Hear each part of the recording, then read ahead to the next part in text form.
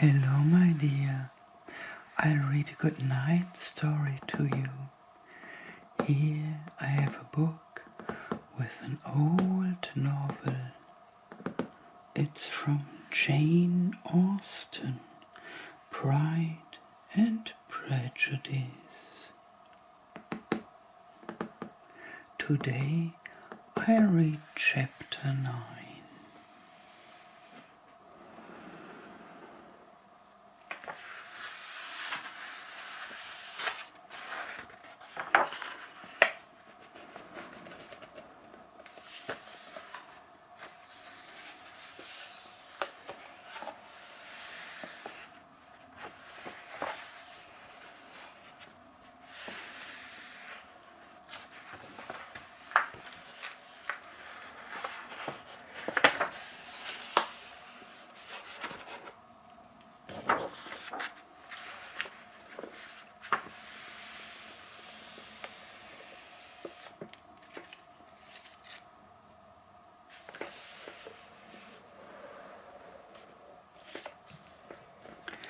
Chapter 9. Elizabeth passed the chief of the night in her sister's room, and in the morning had the pleasure of being able to send a tolerable answer to the inquiries which she very early received from Mr. Bingley by a housemaid, and some time afterwards from the two elegant ladies who waited on his sisters. In spite of this amendment, however, she requested to have a note sent to Longbourn, desiring her mother to visit Jane and form her own judgment of her situation. The note was immediately dispatched, and its contents as quickly complied with. Mrs. Bennet, accompanied by her two youngest girls, reached Netherfield soon after the family breakfast. Had she found Jane in any apparent danger, Mrs. Bennet would have been very miserable.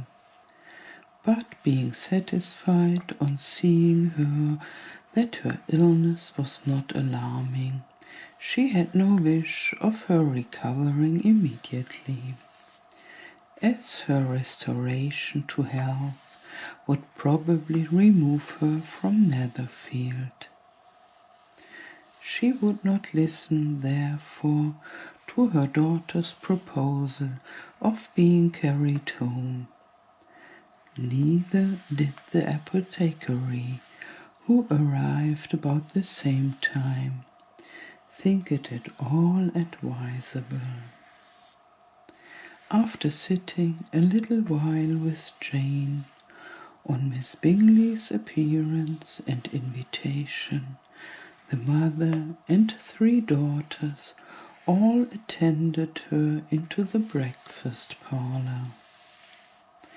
Bingley met them with hopes that Mrs. Bennet had not found Miss Bennet worse than she expected. "Indeed I have, sir," was her answer. "She is a great deal too ill to be moved. Mr. Jones says we must not think of moving her. We must trespass a little longer on your kindness." "Removed!" cried Bingley. "It must not be thought of. My sister, I am sure, will not hear of her removal." "You may depend upon it, madam," said Miss Bingley, with cold civility, "that Miss Bennet will receive every possible attention while she remains with us." Mrs. Bennet was profuse in her acknowledgments. "I am sure," she added, If it was not for such good friends, I do not know what would become of her, for she is very ill indeed, and suffers a vast deal, though with the greatest patience in the world, which is always the way with her, for she has, without exception, the sweetest temper I have ever met with. I often tell my other girls they are nothing to her. You have a sweet room here, Mr. Bingley, and a charming prospect over the gravel walk. I do not know a place in the country that is equal to Netherfield. You will not think of quitting it in a hurry, I hope, though you have but a short lease. Whatever I do is done in a hurry, replied he, and therefore, if I should resolve to quit Netherfield, I should probably be off in 5 minutes. At present, however, I consider myself as quite fixed here. That is exactly what I should have supposed of you, said Elizabeth. You begin to comprehend me, do you? Cried he, turning towards her. Oh, yes, I understand you perfectly. I wish I might take this for a compliment, but to be so easily seen through, I am afraid is pitiful. That is as it happens. It does not follow that deep, intricate character is more or less estimable than such a one as yours. Lizzie, cried her mother, remember where you are, and do not run on in the wild manner that you are suffered to do at home. I did not know before, continued Bingley immediately, that you were a studier of character. It must be an amusing study. Yes, but intricate characters are the most amusing. They have at least that advantage. The country, said Darcy, can in general supply but a few subjects for such a study. In a country neighbourhood you move in a very confined and unvarying society.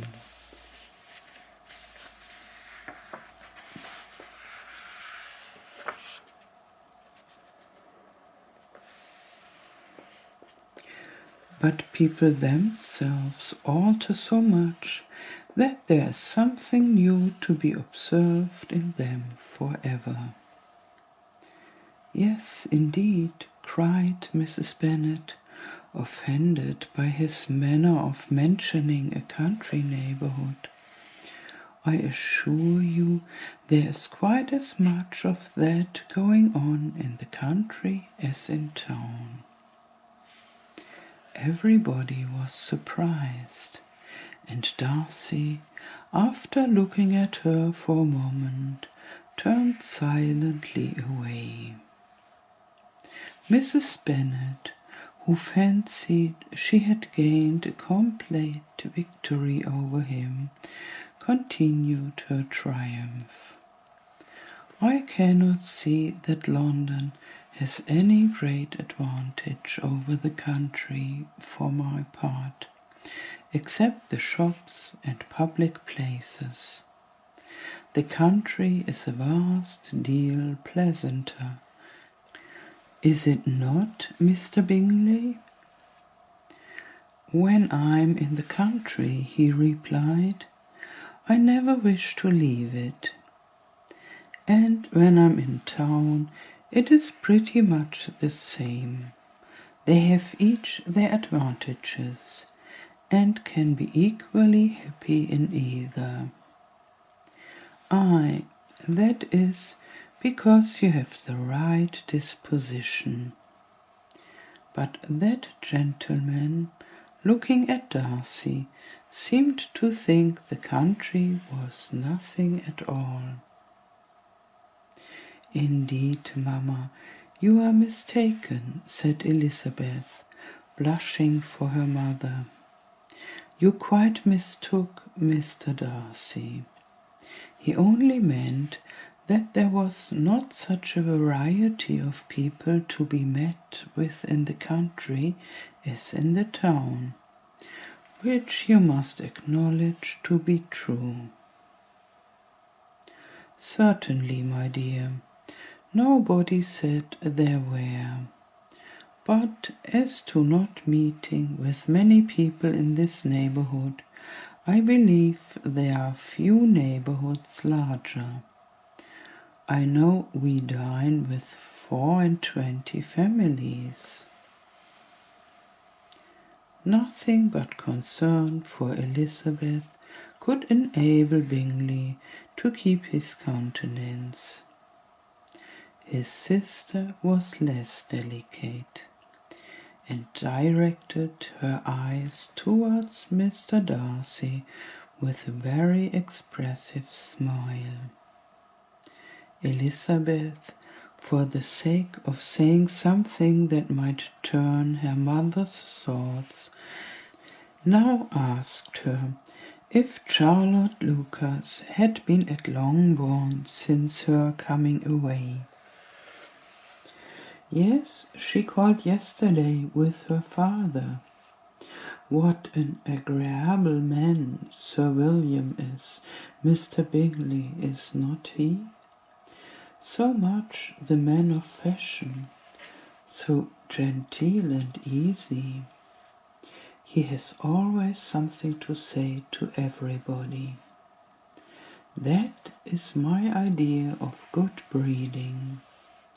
And those persons who fancy themselves very important and never open their mouth quite mistake the matter.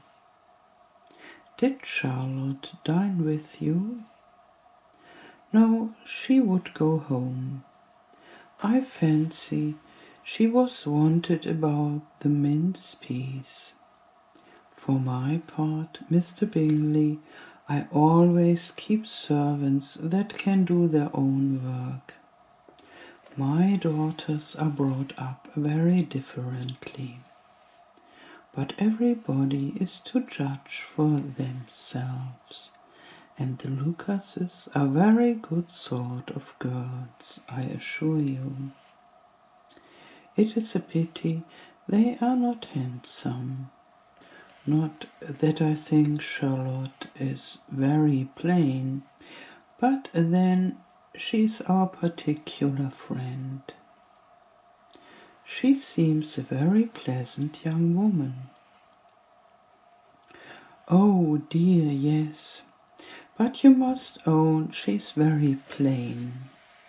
Lady Lucas herself has often said so, and envied me Jane's beauty.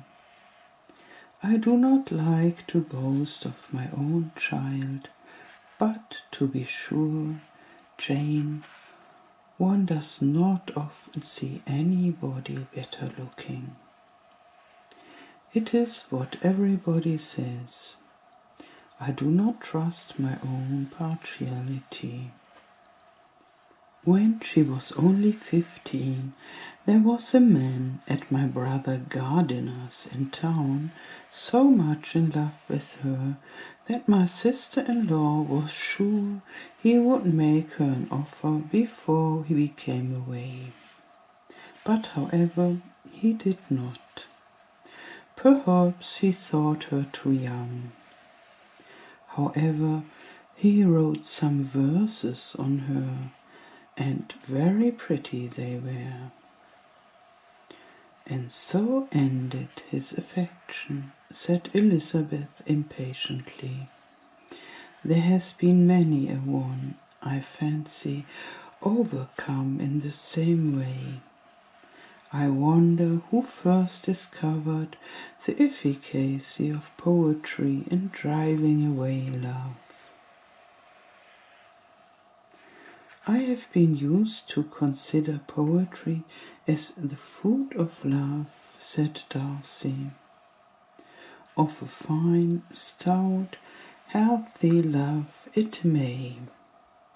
Everything nourishes what is strong already. But if it be only a slight, thin sort of inclination, I'm convinced that one good sonnet will starve it entirely away.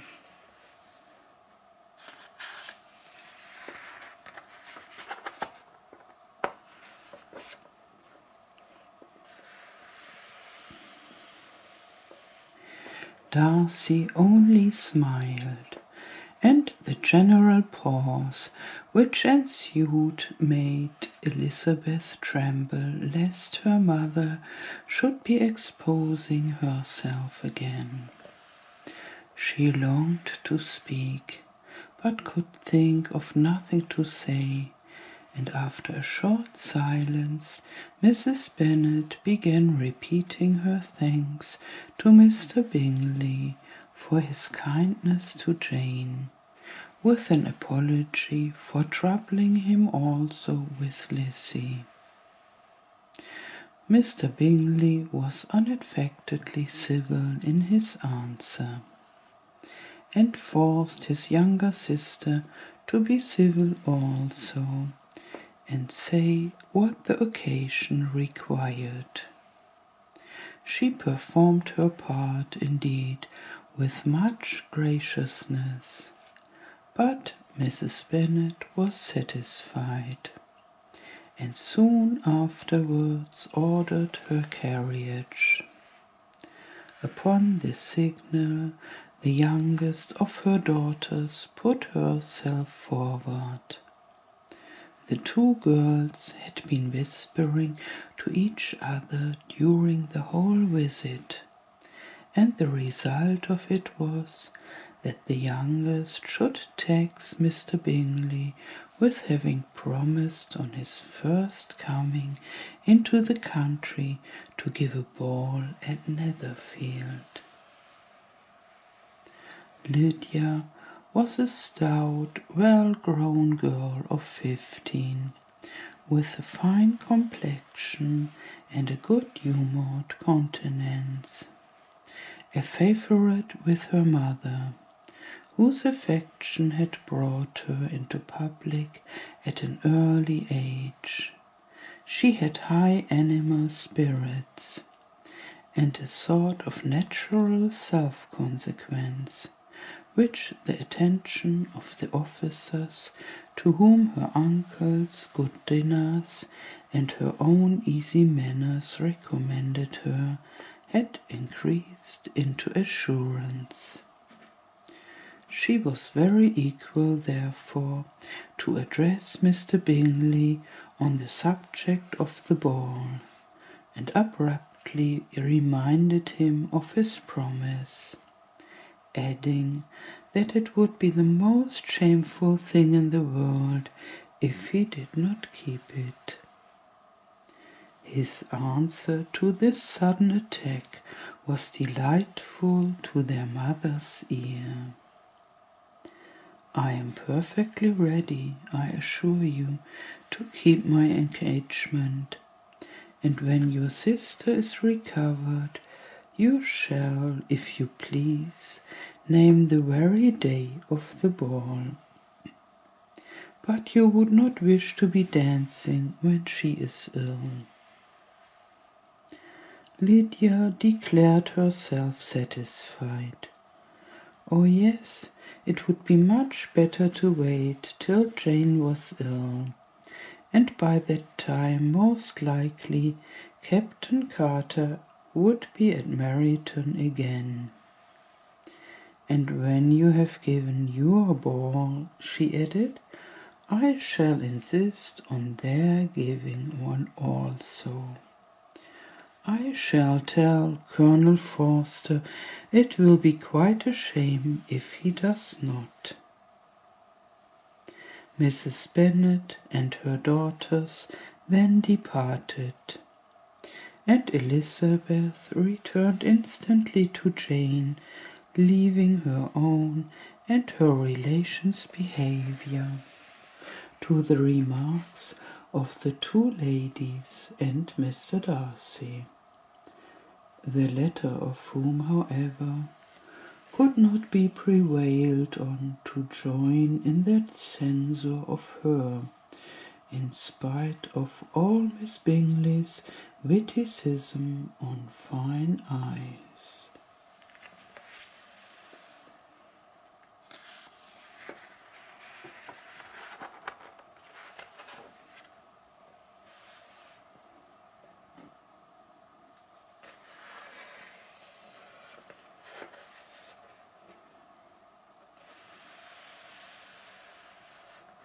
Sleep well and have nice dreams.